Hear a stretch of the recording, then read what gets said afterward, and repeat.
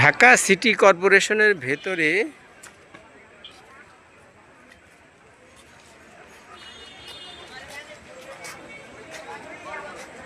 সাঁকো দিয়ে পারাপার হতে হয়। এটা একটি ব্যতিক্রমধর্মী সাঁকো এবং বিশাল বড় সাঁকো। দেখেন, একটি খালের এই পার থেকে ওপার। এটি কিন্তু সিটি কর্পোরেশনের ভিতরে খিলগাঁও থানাধীন। খিলগাঁও থানার দাসের কান্দি ত্রিমোহনী এলাকার লোকজনের চলাচলের জন্য এই সাঁকো শত শত নয় হাজার হাজার বাঁশ দিয়ে এই সাঁকোটি তৈরি করা হয়েছে। এই খালের উপরে সাঁকো আছে মোট 4টি অথবা 5টি হতে পারে।